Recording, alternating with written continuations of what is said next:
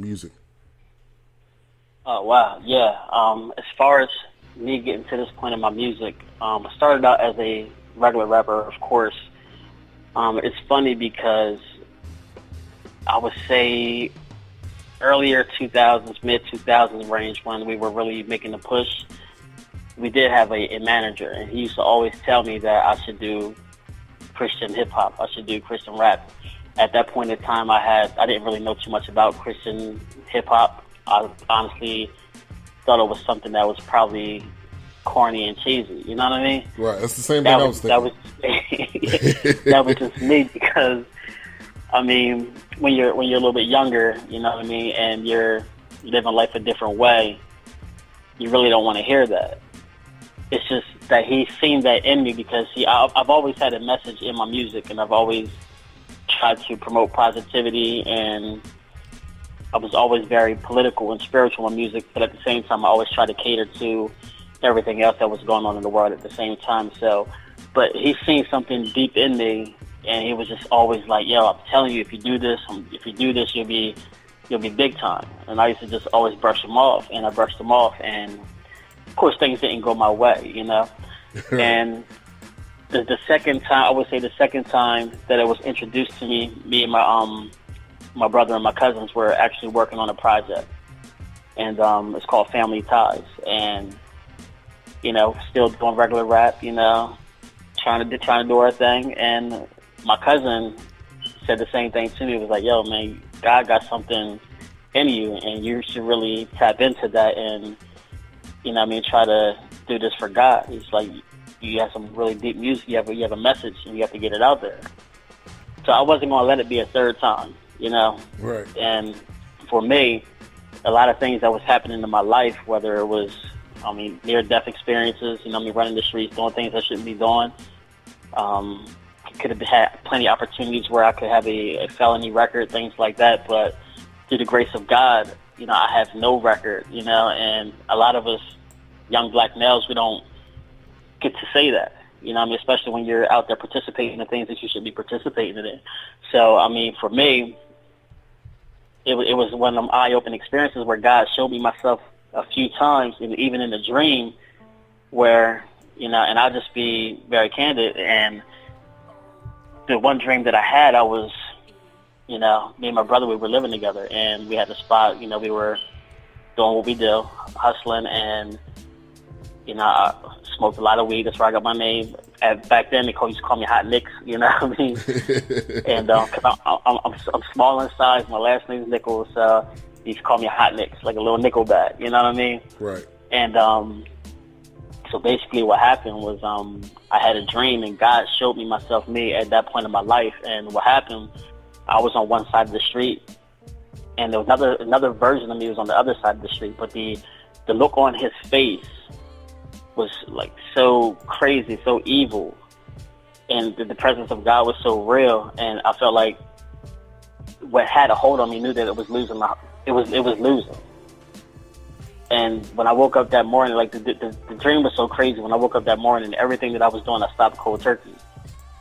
And I've just been trying to do this ever since, you know, and just trying to make an impact, trying to do this for God, trying to not you know, just trying to be an inspiration to people, and just trying to let people know that there is another way out there. Yeah, definitely. I think it's just amazing how God speaks to us in dreams and visions. That's something that I pray for. That's something that my wife also, she gets those dreams and visions. And I think God is just like, hey, I'm trying to make something clear to you. And the only way to do it is when you're asleep and you can't talk, or you're not, your mind's not thinking.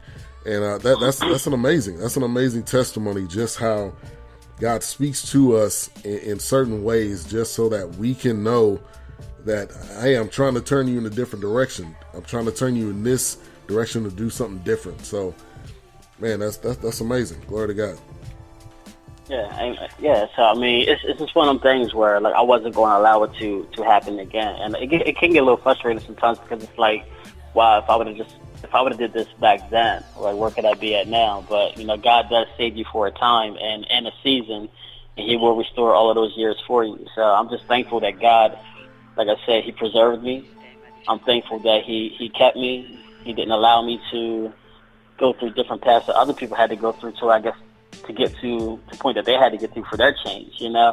I'm thankful that, I opened up my eyes a little bit sooner than, things could have turned out a lot worse. Yeah, definitely. And this show is very interactive, so during the interview, I may be giving a shout out to somebody. We got an interactive chat room, so anybody out there, if you have any questions for Nikoleye, definitely bring them in. So Christian hip-hop artist Nikoleye, shout out to DJ Queen and DJ Knox joining into the chat room.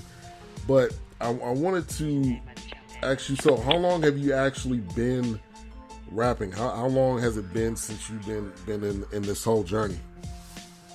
Well, as far as a rapper, rapping I really didn't care about in my start. I was always a producer. So I would say I honestly been rapping for maybe about 10 years. Okay. But I've been making beats and stuff like that since I was a kid. Now, I've been doing Christian hip-hop for maybe about 4 years now. But, yeah, as far as, like, rapping, it's funny because, like I said, doing regular hip-hop, what got me into rapping was one of my boys. He made a diss record about me and my brother. Classic hip-hop right there. Yeah, classic.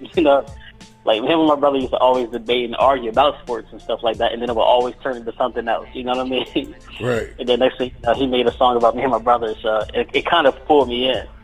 You know what I mean? Definitely. But it's like ever since then, like we all laugh and joke about it now, but it's like ever since then I have been, you know what I mean? That's when I really started rapping. Yeah. And surprisingly, I believe you're a Raiders fan. We kind of, this is a sports show, so I'll mix sports into. Yeah. So but you're on the East Coast. How did you become a Raiders fan? Oh man, I was a huge Marcus Allen fan when I was young, and I loved Bo Jackson too, and Tim Brown. So in the 90s, that Raiders team, I really loved that Raiders team. That Raiders team should have a Super Bowl. I can remember like it was yesterday, the game that Bo Jackson got hurt against the Bengals. You know what I mean? I know exactly where I was at. I was at my godmom's house sitting on my cousin's bed, and Bo Jackson was on that run. Dude tackled him, and the injury didn't look that serious, And it's like he was done after that. But yeah, ever since I was a kid, rocking Raiders starter jackets, things like that, and ever since I was a kid, I've been a Raiders fan. I don't know how. I get teased about it all the time because I'm surrounded by Eagle fans. And this is the worst time ever to be surrounded by Eagle fans. Right, exactly. Because they are feeling so good right now because they're winning. Oh, my God. Even though they've sucked for so long. They are the worst. They say they are not the worst, but they're the worst. Yeah. Boston's probably the worst. You can probably put them in that category. But I'm in Dallas. So at least they're winning, though. Right. Philly, they have no Super Bowl. At least Boston and the Patriots got how many bowls? Right. So you can't really be mad at that. The Eagles, every year they say they're going to win, and they don't win anything. Right. True. So I'm a Cowboys fan, so I get it the worst because I work with Eagles fans. I interact with them, especially on social media. They always got something to say.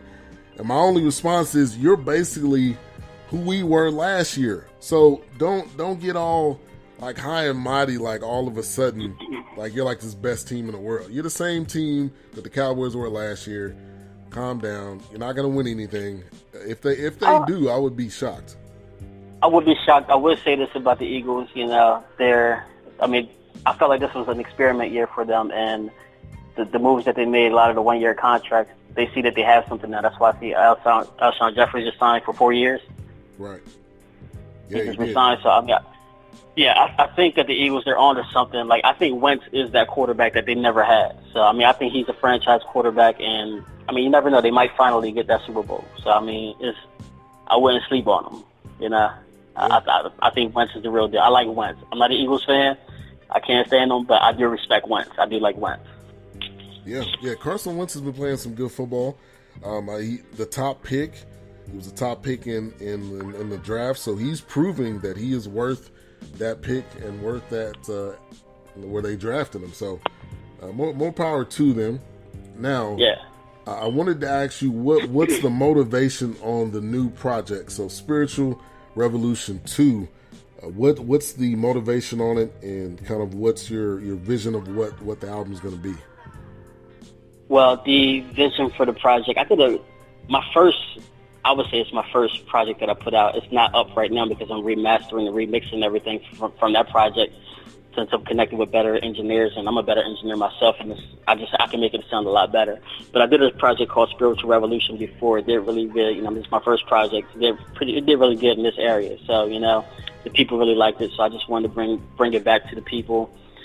So Spiritual Revolution 2, and then I said the highest power. It's almost like a mathematical equation. Everything in life can be contributed to mathematics. Numbers is everything, So, and when you think about God, God is just infinity, So he is the highest power.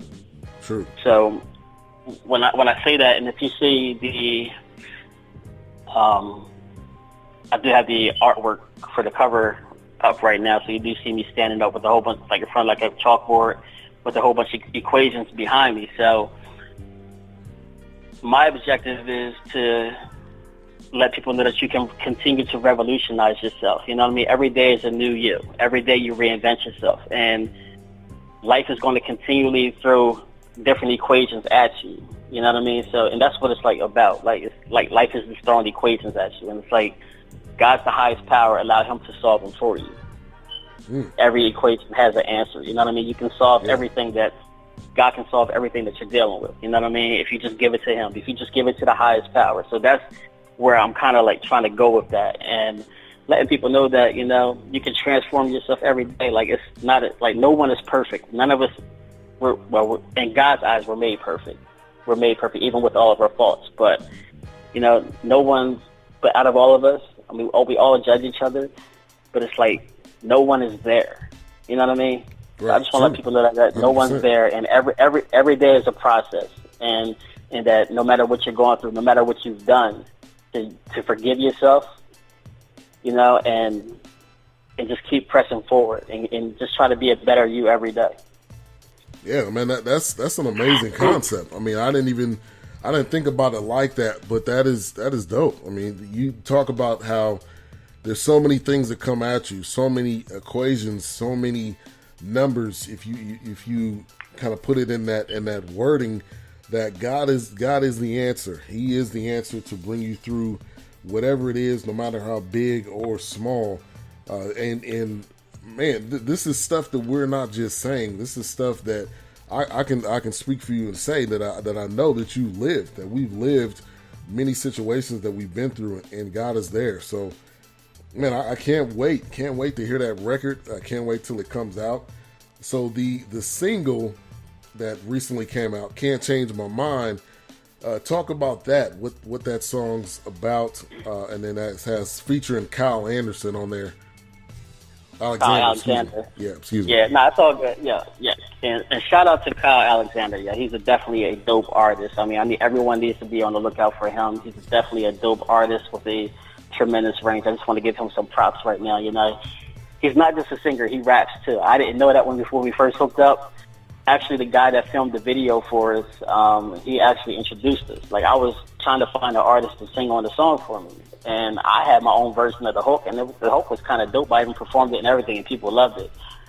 So when I presented it to him, he was like, "Nah, we got to go with something else." So I'm always open when I work with different artists. If you hear something, let me know. Let's just make it happen. So basically, the song was always called Can't Change My Mind. That concept was always there. So what I wanted people to know is that, this world is going to try to feed you everything. You know what I mean? We watch TV, social media, the radio. It's just promoting so many different things. There's so many different agendas that's being promoted, and we fall victim. We end up praising these agendas because we like, as far as example, radio. Different type of songs with different type of messages get promoted in our head daily, constantly, just embedded in our youth's head. You know what I mean? Right. Then we have television. We have these TV shows, and we have these characters. So these characters are out here, they're promoting different type of things. I'll go as far as a show like Power. You know what I mean? And I love the show Power. You know what I mean? It's crazy. But even those type of characters where they're promoting different type of things, we fall in love with these characters, and then we start. What am I looking for? We start justifying the things that they do. You know what I mean? Even if it's wrong, we justify it. and even